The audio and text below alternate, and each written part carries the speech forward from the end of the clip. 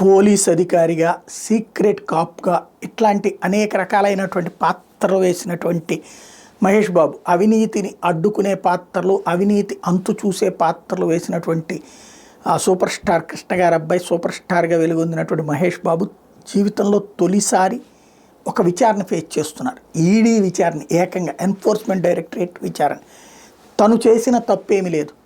మామూలుగా ఎవరికైనా సరే ప్రమోషన్స్, అడ్వర్టైజ్మెంట్స్, ప్రమోషన్ అనేది ఆ ప్రొడక్ట్ వీళ్ళు రుచి చూసినో, లేకపోతే ఆ ప్రొడక్ట్ వీళ్ళు కొనినో, లేకపోతే ఆ ప్రొడక్ట్కి సంబంధించినటువంటి కంపెనీల యాజమాన్యాల గొప్పతనం చూసినో వెళ్ళి ప్రచారాలు చేయరు. వాళ్ళు డబ్బులు ఇస్తే చేస్తారు. ఆ బ్రాండ్కి అంత డబ్బులు పెడుతున్నారు అంటే అది పెద్దదే.